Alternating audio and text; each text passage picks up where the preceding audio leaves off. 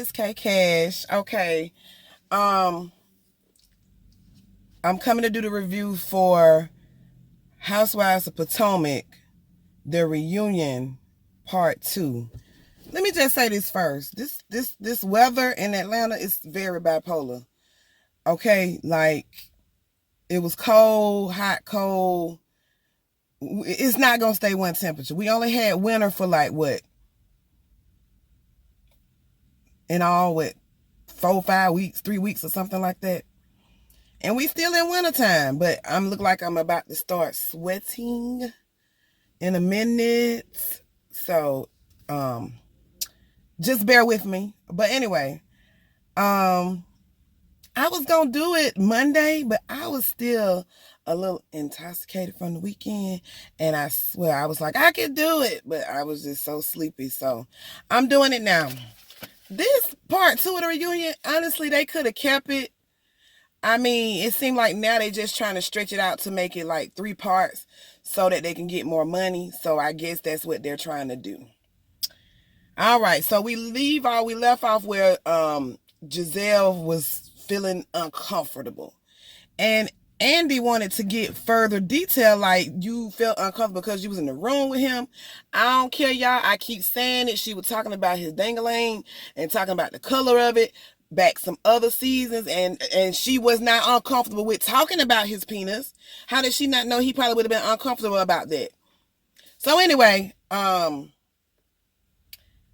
don't even really remember too much from that, so then they started talking about Chris flirting with that funny looking lady. She just wanted her a little TV time, and that's what she got, a little TV time. So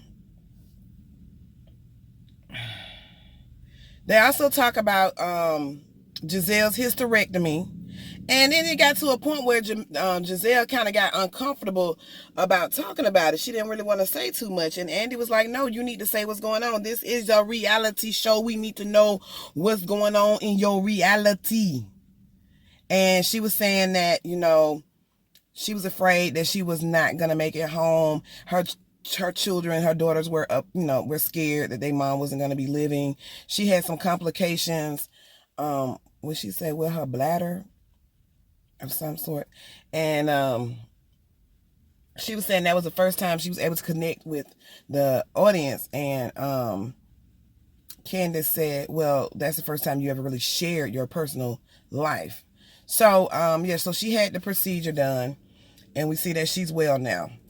They also talked about, let's go over to Wendy and Mia when Mia threw the drink on her. Okay, once again, I say this. Mia, the comeback that you came with, Wendy, you just should have answered the question or just said, hey, it didn't work out. To get a smart mouth and do all of that shit was unnecessary. And then y'all want to come out, me and you want to try to sit up here and say that she's sleeping with Peter. Why would you do that? And you know that lady married.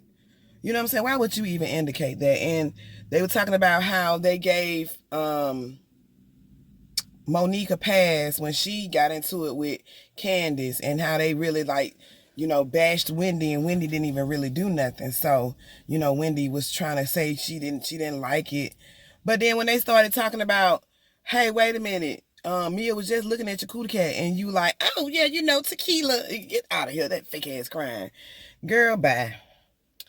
Then they started talking about Sharice did put hands on Robin. We saw that with the cameras. And next, Karen and her little comedy show, how she piggyback off of everybody. La Dames. The La Dames. They talk about colorism. And Candace just says that, people look at dark-skinned people and they assume that they loud, alley, and they're obnoxious, and more than, somebody light-skinned, they give them a pass. And Ashley and some other people, of course, if you light-skinned, you wouldn't know what the hell going on. I don't understand. You wouldn't understand because it hasn't happened to you. That's why she's telling you that. You know what I'm saying? Colorism is everywhere, you know, all the time. So, I thought that was somebody I knew. I said, what are you doing on this side of town? So anyway, you know, colorism is everywhere, and that is true on the show. You know, they might feel that way, but honestly, you know, people probably look at that as a whole. They look at all them light skinned women on there, and they just say, "Ooh, they ain't got no dark skinned women on here," and they do have two, you know, dark complected women. You know, so this has been going on in our Black community forever. And even within our community, there's racism, you know, like they make it seem like light-skinned people are better than, you know, darker complexioned people. So, you know, I can see that. And I see that through, you know, entertainment as well. You know, we see it, you know what I'm saying? So Jacqueline, Mia's best friend, she makes her appearance. Not only does she make her appearance, she says she has receipts, and she says she don't like the fact that Mia, you know, went on social media and talked about her children. So she has receipts, and she's going to tell us what really happened with the business. So, yeah, this is a little quick review. Like I said, there's much too much going on this episode. Y'all let me know what y'all think. Like, comment, subscribe. Bye.